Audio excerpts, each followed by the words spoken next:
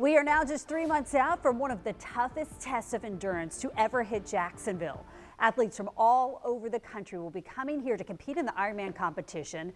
The first time that this 140.6-mile race has been held in the city.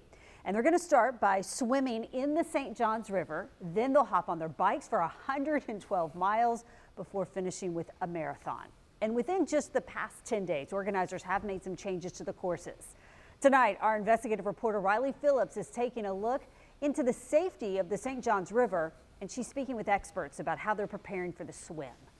The swim, bike, and run courses for the Jacksonville Ironman have all changed recently. Now, athletes are going to be jumping in right around here in the St. Johns River near Metropolitan Park and swimming the 2.4 miles south towards Riverside. This body of water does have some dangers, though, and experts say it's not necessarily the quality of the water people should be worried about.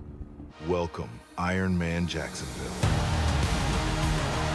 In just a few short months, Jacksonville will be transformed for one of the biggest races in the world. Thousands of people are expected to travel to the city to either participate in the Ironman or cheer on their loved ones. And while organizers continue their preparations, they're keeping an eye on the St. Johns River. You already have these innate features within the city, and having an offering in Jacksonville just makes a lot of sense. The latest swim course now has athletes starting at Metropolitan Park, swimming under the Main Street, Acosta, and Fuller Warren bridges, and ending near Post Street Park and Riverside. This changed from the original plan of having athletes start at the Arlington boat ramp and swim under the Matthews and Hart bridges towards downtown. A spokesperson for Ironman tells me the changes were made to accommodate broader city activity. They decided to move the swim start to Metropolitan Park to allow race operations to start earlier in the day and move the swim exit and transition area further downriver to avoid stadium construction. In a statement, a spokesperson confirmed the course remains aligned with the tides on race day. Lisa Reineman, the St. Johns River keeper, says this area of the river is narrower and can be more challenging to navigate. I haven't swam that area, but I've kayaked around a lot in that area, and it's really difficult just to get from the north bank to the south bank in a kayak, and it's pretty narrow,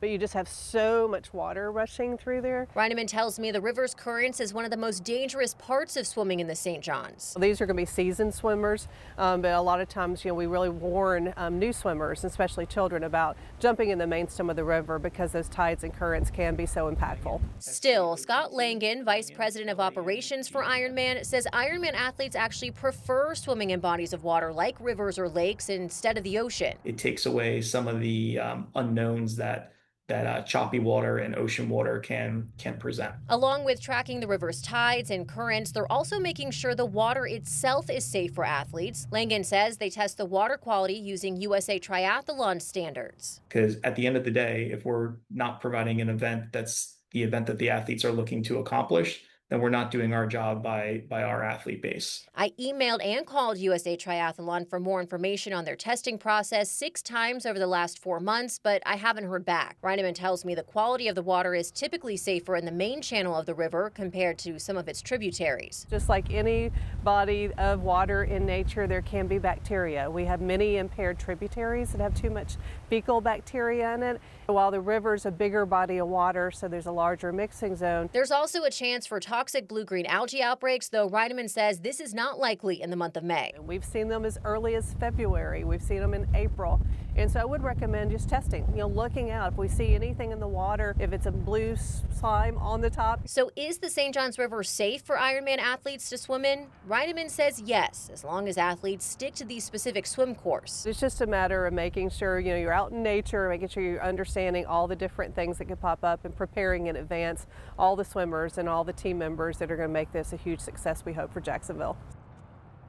And Ironman officials say they will continue to monitor and track the tides leading up to the race, which is taking place on May 16th. The St. Johns River keeper also tells me she's going to be marking her calendar in April to begin looking out for any potential algal blooms. And this event is not going anywhere. The Jacksonville Ironman is expected to take place here in the city for the next 3 years. In downtown Jacksonville, Riley Phillips, First Coast News, on your side.